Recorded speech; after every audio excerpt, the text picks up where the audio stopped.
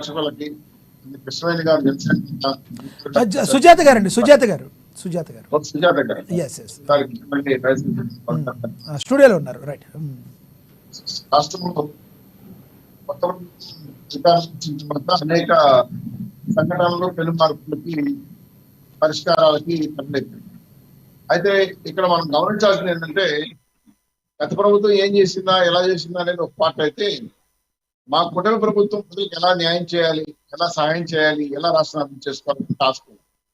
అయితే ఏదైతే మేము ప్రజలకు ఇచ్చిన హామీలు ఉన్నాయో దాని ఆల్మోస్ట్ ఆల్ 15-16 రోజుల్లోనే అమలే తీసుకొచ్చాం. గతంలో వాలంటీర్ల పేరుతో భారీగా పంచుతామని చెప్పేసి మీ ఇంటికి వచ్చి చిక్కటి చిరునవ్వుతో అని చెప్పి ఎండలు నిలబెట్టి పాపం చివరికి చనిపోయారు.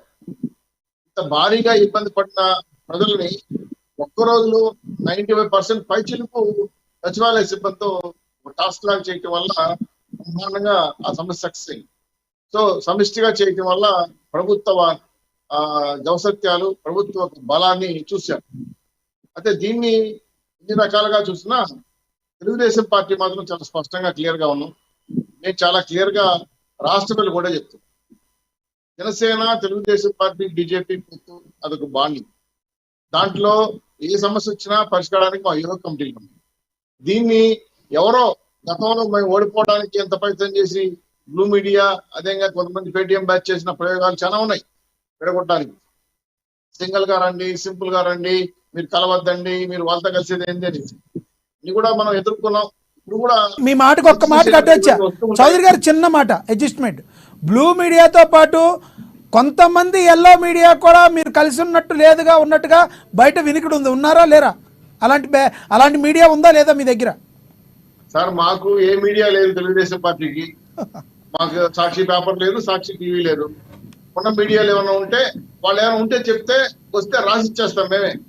ఈ మీడియా మీకే రాసిచ్చేస్తాం, యావత్ వస్తుంది. ఎవరో మాకు అనుకూలంగా రాసుకున్నారు ఆ మీడియాకి వస్తారు, వాళ్ళకి ఓనర్లు ఉన్నారు, వాళ్ళు చెప్పుకుంటారు.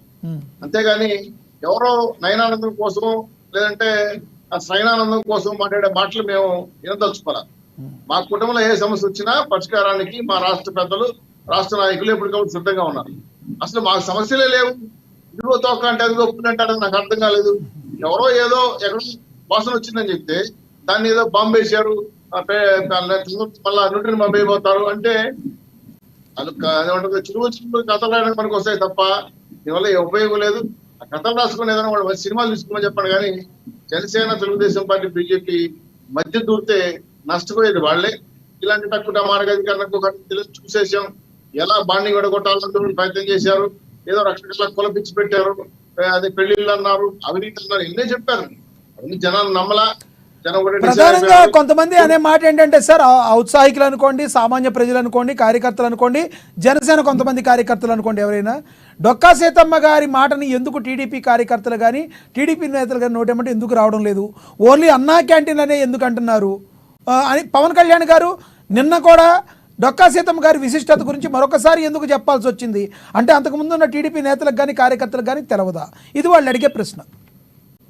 చాలా మంచి ప్రస్తావన. ఎందుకంటే డొక్కా సీతమ్మ గారి గురించి నేను కూడా కథలు చదివాను. బ్రిటిష్ ప్రధాని పిలిచి ఆహ్వానించి పక్కన కూర్చోబెట్టుకొని ఫోటో దిగారు, సత్కరించారు. చాలా మంచి వ్యక్తి. అవన్నీ మనమేమి రాజకీయాల రంగు ఆమె పొలదలుచుకోవాలి. మా నేత బాగా బ్రహ్మాండంగా ఆకలి అయిన వాళ్ళందరికీ కూడా ఆనందం పెట్టింది.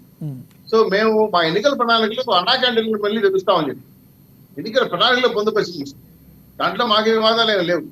డొక్కా సీతమ్మ లాంటి వాళ్ళు అంటే ఎన్నికల ప్రణాళిక మీది టీడీపీది విన్నప్పుడు విడిగా ఉన్నప్పుడు ఓకే, ఇద్దరు కలిపి డొక్కా సీతమ్మ గారు స్ఫూర్తితో అన్నగారి స్ఫూర్తితో అని ఇద్దరు పేర్ల మీద ఏదో ఒక పేరు కలిపి పేరు పెట్టి మేనిఫెస్టోలో పెట్టారు కదా. లేదు సార్, ఎన్నికల ప్రణాళికలో మేము ఎక్కడా ప్రస్తావించలేదు. ఎన్నికల ప్రణాళికలో ఆమె గురించి మాట్లాడుండొచ్చు, ఆ గొప్పతనం గురించి చెప్పచ్చు, తప్పు కాదు కదా. ఆమె చేసిన మంచి పని. ముఖ్యంగా పవన్ కళ్యాణ్ గారు డొక్కా సీతమ్మ గారి గురించి మాట్లాడిన తర్వాతే ఆవిడ గురించి మెజారిటీ% గూగుల్లో సెర్చ్ చేయడం జరిగింది. ఉండొచ్చు, సంతోషమే. గూగుల్ చర్చించడమే కాదు కానీ ఆమె చేసిన మంచి కార్యం అది. ఎందుకంటే ఒకప్పుడు ఏమీ లేనప్పుడు 10 మందికి అన్నదానం చేసిందంటే ఇది గ్రేట్ పర్సన్. విషయం కాదు సీతమ్మ గారి గురించి. ఆమె గురించి ఇప్పుడు కాదు, ఎప్పుడో ప్రపంచంలో చాలా పెద్ద ఎత్తున చర్చరిగింది ఆవిడ గురించి. బ్రిటిష్ ప్రధానమంత్రి పిలిపించారు, ఆమెని పిలిపి సత్కరించారంటే అర్థం చేసుకోండి. ఆవిడకి చాలా చెప్పి ఆవిడకి కూడా దిగారంటే అర్థం చేసుకోండి. అప్పట్లోనే ఒక వెలిగింది మహాతల్లి. ఎందుకంటే అంత గొప్ప మనస్తత్వం ఎవరుకుంటా చెప్పండి. అంత గొప్ప ఆవిడ.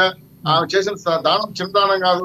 ఇంట్లో తనకు లేకపోయినా కూడా 10 మందికి సహాయం చేసిన వ్యక్తి ఆవిడ. కాబట్టి అది మనం తప్పుగా మాట్లాడడానికి లేదు. అయితే డొక్కా సీతమ్మ గారి పేరు పెట్టాలా, అన్నా క్యాంటీన్ పెట్టాలా వివాదం మాకు లేదు. ఇక్కడ డొక్కా సీతమ్మ అన్నా క్యాంటీన్ పెట్టదని ఎవరు అంటలేదు. ఆవిడ పేరు కూడా దానిలో ఇంక్లూడింగ్ చేయాలని జనసేన కార్యకర్తలు కోరుకుంటున్నారు. సరే, ఎవరో అభిప్రాయాలు చెప్పడం తప్పలేదండి, దాన్ని మనం వ్యతిరేకంగా ఉండట్లేదు. కానీ కన్సిడర్ చేయాల్సింది అధిష్టానం.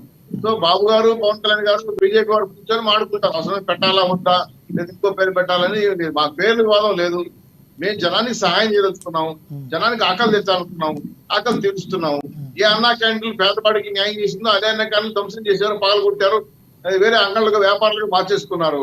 నేను పేదవాడితో యుద్ధం చేస్తాను, పేదవాడితో యుద్ధం చేస్తాను, పేదవాడి కడుపు మీద కొట్టిన వ్యక్తి గత ప్రభుత్వంలో ఉన్న ముఖ్యమంత్రి. అటువంటి నా క్యాంటీన్ మళ్ళీ ఓపెన్ చేసేది 10 మందికి అన్నం పెడుతున్నా ఉంటే పేదవాళ్ళు కానీ ప్రజలు ఆనందపడుతున్నారు. కాబట్టి పేరు ప్రస్తావన అనేది మాకు సమస్య కాదు. ఏదైనా వస్తే పెద్దలు కూర్చొని మాడుకుంటారు. కానీ మా టీడీపీ, జనసేన, తెలుగుదేశం పార్టీ కుటుంబంలో అన్ని కూడా రానున్న రోజుల్లో అంటే ఇక్కడ చంద్రబాబు నాయుడు గారు తమ గొప్ప మనసును చాటుకున్నారండి. చంద్రబాబు నాయుడు గారు ఆయన ఫోటో ఏదైతే ఉందో ఆయన పక్కనే ఉప ముఖ్యమంత్రి పవన్ కళ్యాణ్ గారి ఫోటో పెట్టి కూడా అన్ని ప్రభుత్వ కార్యాలయాల్లో పెట్టించి చంద్రబాబు నాయుడు గారి యొక్క గొప్ప మనసును చాటుకున్నారు. దాన్ని ఎవరు కాదంటలేదు. ఓకే, అక్కడ పెడితే సరిపోతుందా? ప్రోటోకాల్ సంబంధించి రేపొద్దున పవన్ కళ్యాణ్ గారికి వారి బొమ్మను కూడా యూజ్ చేస్తారా, లేదంటే ఓన్లీ లోకేష్ గారి బొమ్మ ఒకటే ప్రొజెక్ట్ చేసుకుంటారా అని కొంతమంది జనసేన కార్యకర్తలు అంటున్నారు.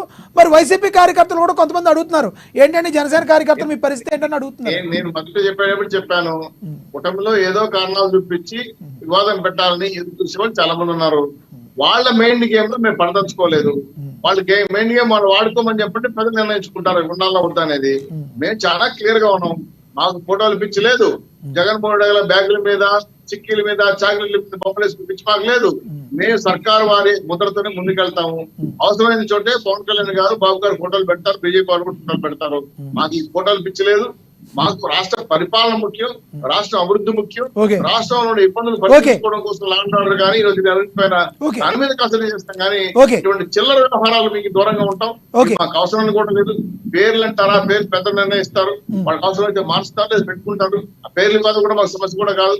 కాబట్టి మేమంతా ఒక్క మాట మీద, ఒకే మాట మీద కలిసి కట్టుకుంటుంది కదా. కాబట్టి మాలో లొక్కలొక్కలు ఉన్నాయని, సమస్యలు ఉన్నాయని, టీకప్పులు తుఫానని అనేక అభాండాలు వేయడానికి ప్రయత్నం చేస్తే మాత్రం కళ్ళు కాల్చి బాధ పెడతామని హెచ్చరిస్తుంది. ఓకే, మనతోటి మధుకర్ గారు ఉన్నారు, వైసీపీ నేత, అధికార